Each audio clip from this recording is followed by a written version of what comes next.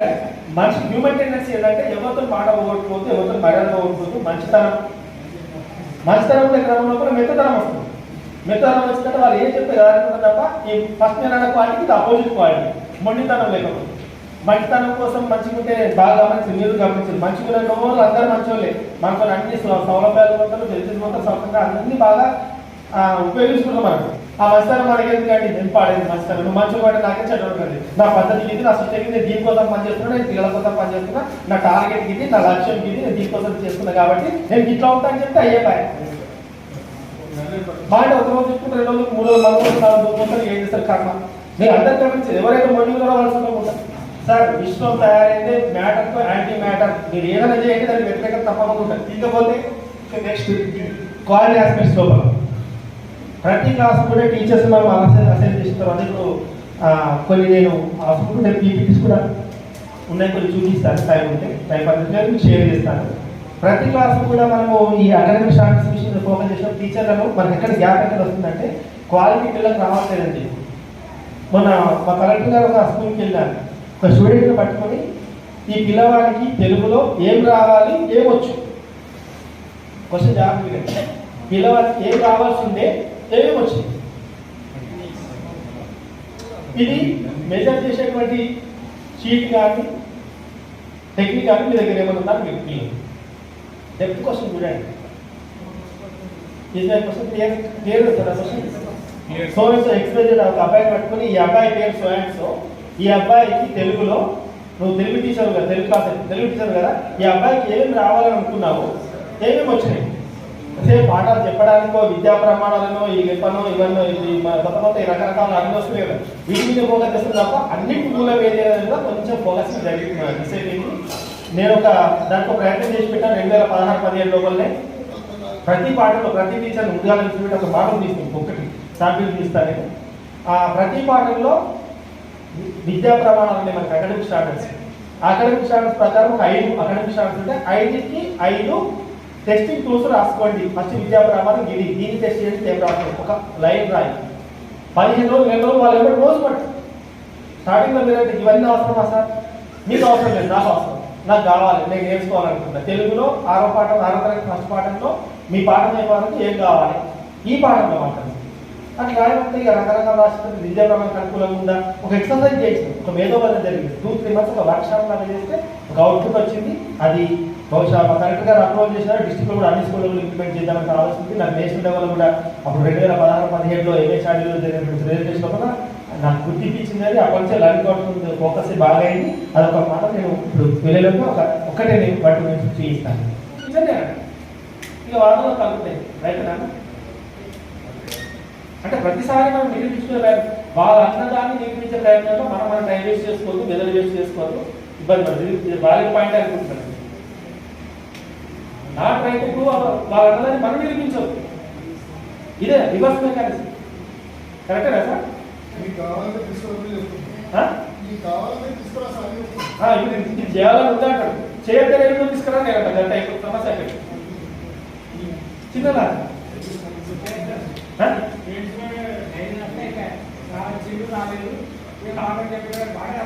అయిపోతుంది. ఇట్లా పెట్టాలని రూల్ అంటే పెట్టడం తీసుకురా ఇదేమంటే దానికి చర్చ జరగలేదు.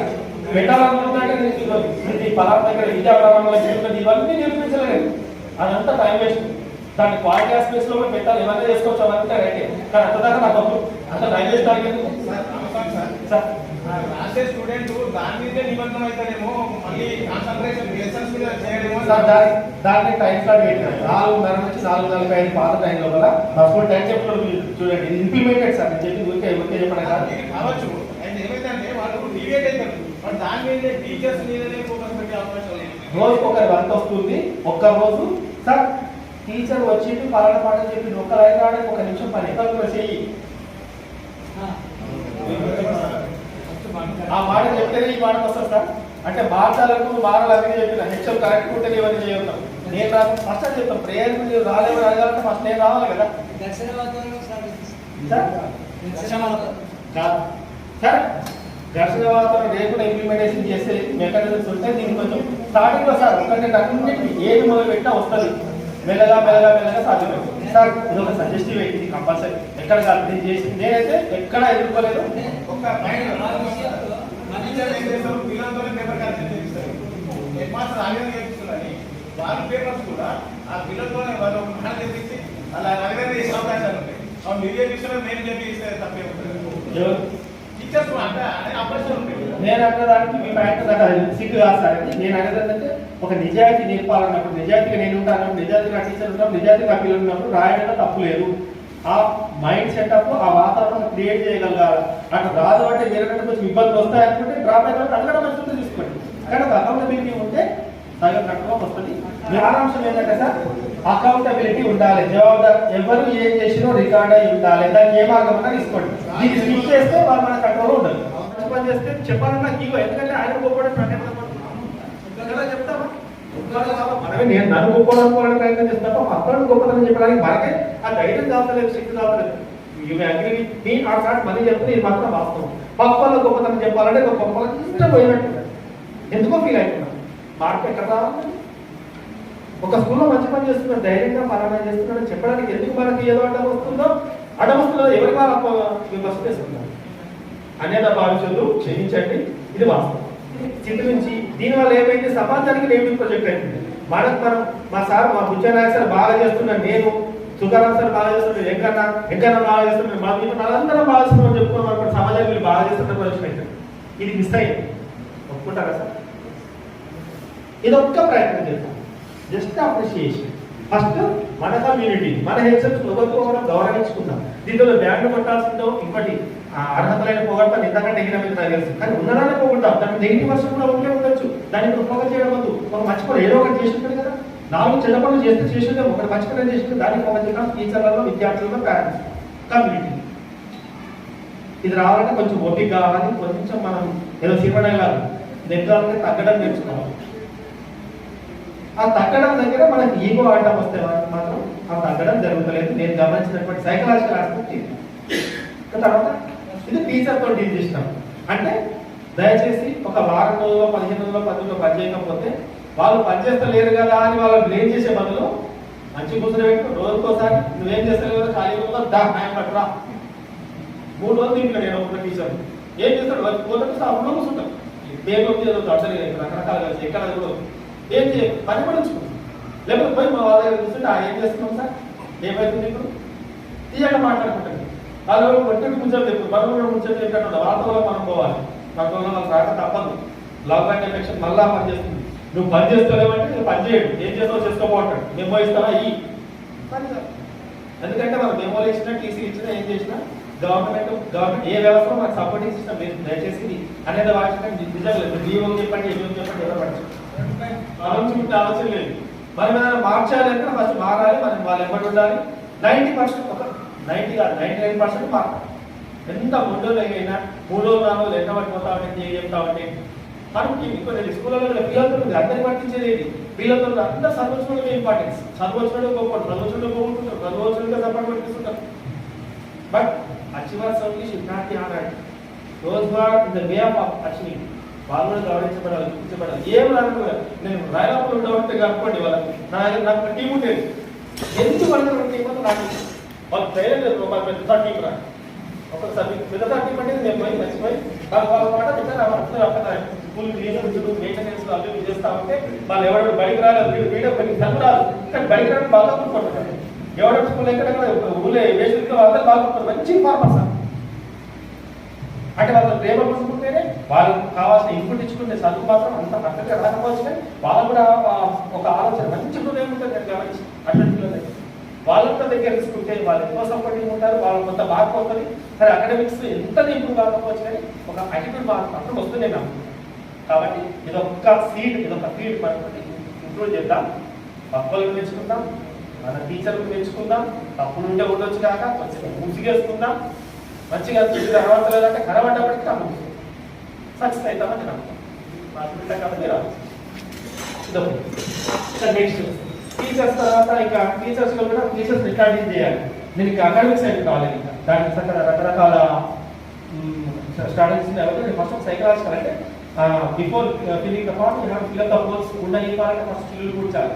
అందరం కూడా ఇట్లానే ఒక కంటెంట్ మంచి మంచి లెప్పులు నిలువు రకరకాల అవన్నీ పేర్లు నాకంటే అందరికి బాగా తెలుసు.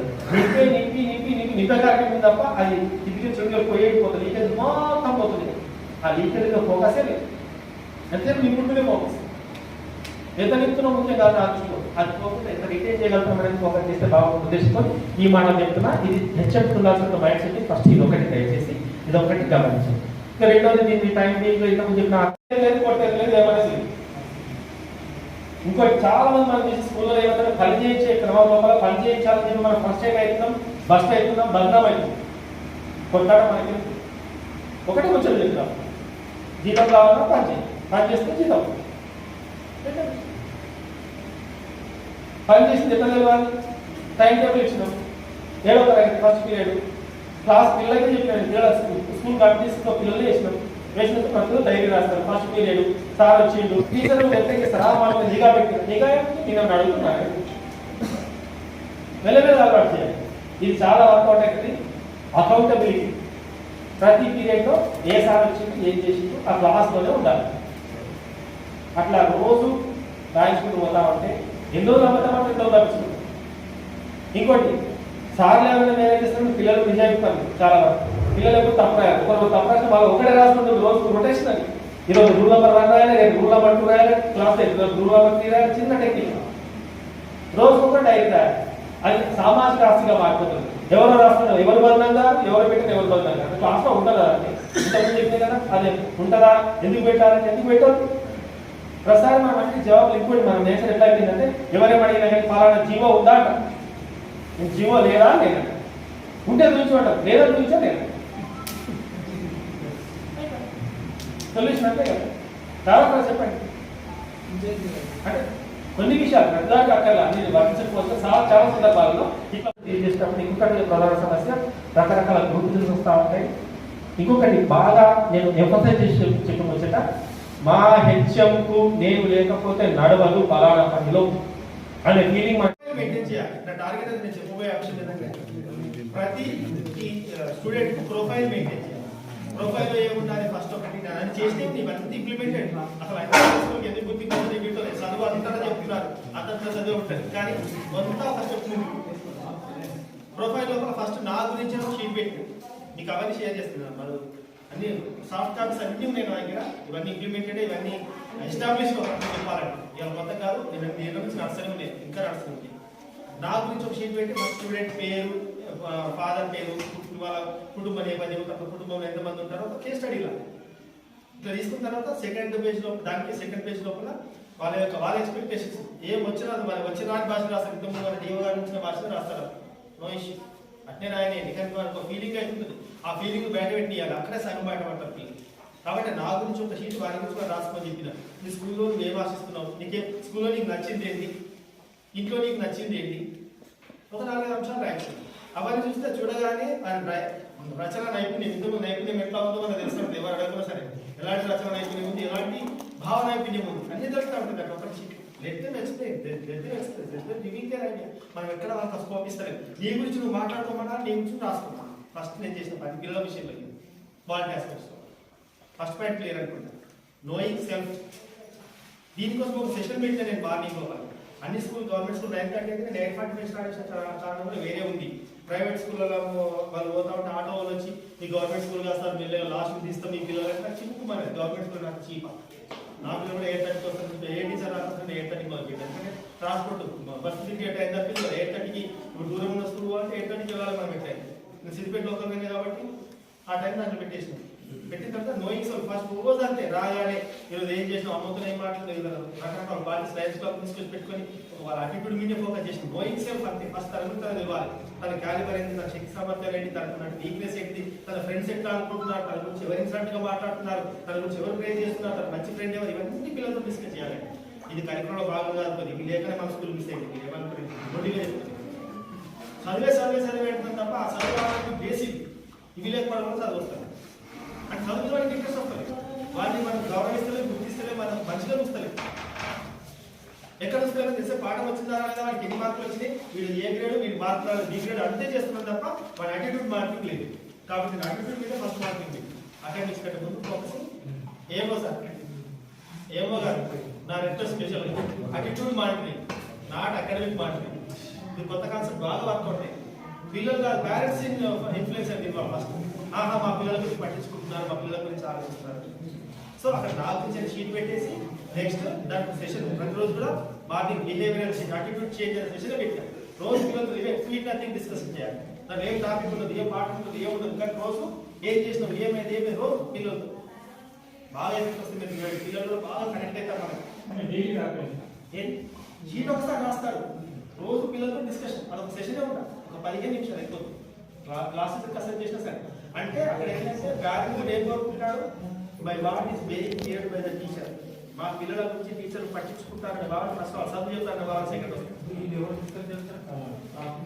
హెచ్ఎం మొదలు పెట్టాలి. భావసానుభూతుల్లో ఒకరు ఇద్దరు ముగ్గురు చేరైతే ఉంటారు. వస్తే రాని లేకపోతే లేదు. ఎవరైనా మనం మొదలు పెట్టి అందరూ కలుస్తారు. ఒకరిద్దరు మిగిలిపోవచ్చు. వాళ్ళ గురించి వారికి లేదు. ఇంతకుముందే వాళ్ళందరూ మనం మొదలు పెట్టాక ఇక్కడ ఫస్ట్ పేరెంట్స్ కరెక్ట్ అయ్యేది ఇక్కడిని అయిన తర్వాత ఇంకా నేను నెక్స్ట్ వీడియో చేసిన పోషకుల సమాచారం ఇంకోటి తీసుకున్నాను. ఈ ప్రాక్టికల్ జర్నీ 600 కేస్ స్టడీ చేసి దాంట్లో పేరెంట్ కేస్ స్టడీ దాంట్లో కూడా షీట్ పెట్టినా వాళ్ళ ఎవరిని పంపించకుండా పర్సనల్ గా వాళ్ళతో ఫిల్అప్ చేయించి చదువు రాకపోతే టీచర్ని అసైన్ చేయించి వాళ్ళ సిచ్యువేషన్ రాయండి. అవి చూస్తాం చాలా భయంకరమైన దారుణమైన నిజాలు లేదంట. పిల్లల చదువు కారణం అయితే పిల్లల సగం కారణం, మొత్తం సగం కారణం పేరెంట్స్. కానీ దాన్ని ఎవరు అఫోర్డ్ దొరకదు, రీజన్ కరెక్ట్గా దొరకదు. మనకు ఎందుకు కారణం అంటే కానీ మనం దాన్ని స్కిప్ చేసినాం చాలా. అయిన తర్వాత వాళ్ళు కూడా ఏం చేస్తాం, ఐటీ వాతావరణం నెగిటివ్ అనుకుంటే నెగిటివ్ ఫోకస్ చేసి వాళ్ళని దోషులుగా చూస్తాం. లేదంటే వాళ్ళు పరికరాలు చూస్తాం తప్ప వాళ్ళను అక్కడ సింపతి చూస్తాం తప్ప ఎంపతి రాదు. పేరెంట్స్ పైన ఎంపతి రావాలి. నా సెకండ్ కాన్సెప్ట్ అంటే ప్రతి పేరెంట్ కూడా వాళ్ళకి తీసుకున్న తర్వాత రోజు ఒక పేరెంట్ మన మహా అయితే ఆవేశం 100 ఇవ్వలేదు. రోజు 5 పేరెంట్స్ మాట్లాడినా పేరెంట్స్ ఎంత కరెక్ట్ అంటే నెక్స్ట్ ఇక్కడ ఏ కరపత్రాలు ఇంకోటి బడివాళ్ళు బహుశా బాగా వ్యతిరేకించే కార్యక్రమం బడివాళ్ళు. టీచర్లు ఇంటికి శిక్షణ పెట్టుకున్నట్టు మీ పిల్లలు పంపండి. The time is being wasted for being engaged for clerical works in the school. చదువు చెప్పుడు తక్కువ, డాక్యుమెంటేషన్ ఎక్కువ. అందరూ ఎదుర్కొన్న సమస్యనే. సమస్య అనే దానికి నిర్వచనం ఏంటంటే పరిష్కారం ఉన్నదే సమస్య. పరిష్కారం లేకపోతే సమస్య కాదు, పరిష్కారం లేకపోతే ఒక మిస్టరీ. Right sir? ఇప్పుడు మనకి ఒక సమస్య అనుకుంటే దానికి ఒక పరిష్కారం ఉంటుంది. There is no lock without a key. మనం చేయాల్సింది we have to choose the appropriate key. ఆ సమస్య రైటే, ఆ సమస్య ఉంది రైటే. చాలాసార్లు ఫీల్ అవుతాను. నేను ఎన్నడూ బడివాడి వరకు పట్టుకోవాలి. దయచేసి మీరు ఆలోచించండి. ఒక టీచర్గా హెచ్చరిగా మనం బడికి అప్పు అని తెచ్చుకుందామా అవసరం లేదు చేస్తే నెక్స్ట్ ఇయర్ ఫర్ ఎగ్జాంపుల్ ఈ సంవత్సరం మీరు ఈ పని చేస్తే మనం ఈ పని చేస్తే మీరు అంటే మనం ఈ పని చేస్తే నెక్స్ట్ ఇయర్ ప్లాన్స్ మన దగ్గరికి వస్తారు. ఎట్లా రోజుకు 5 ప్లాన్స్ మాట్లాడండి. వాడు పోయి 5 చెప్తారు. ఎట్లా పిలిచి మాట్లాడి అప్పుడు లంచ్ టైం పిలిచి మధ్యాహ్నం భోజనం మన దగ్గర లేకపోతే ప్రేమగా ఎక్కడోనే కానీ దీనికి మనం తగ్గాలి తప్పదండి. హృదయం కావాలి. దీనికి ప్రజలకు సాధ్యమైతే మొదలు చెప్పలేదు. హృదయం ఉంటే మాత్రం సాధ్యమైతే అంతకంటే ఏ చుట్టాల దగ్గర ప్రేమాభిమానం కంటే ఎక్కువ ప్రేమ ఇక్కడ మనకు వస్తుంది. వాళ్ళు నిజంగా అనుభవిస్తుంది. రోజు కూడా టైం తీసుకుంటే 5 నిమిషాలు కేస్ స్టడీ ఆధారంగా ఆ ఇద్దరికి ఇట్లా చేస్తామంటే ఏం చేస్తావు, తాగుతావా, తింటావా, ఏం చేస్తాం అన్నీ ఒక స్పీక్ థింగ్స్ మనం డిస్కస్ చేయాలి. దాని బాండింగ్ వేస్తాం పిల్లవాడి మీద దాని లెర్నింగ్ బాండింగ్ వచ్చిందంటే ఆ ప్రచారం ఆటోమేటిక్గా స్కూల్ మీద మంచి పాజిటివ్ దృక్పథం వస్తుంది.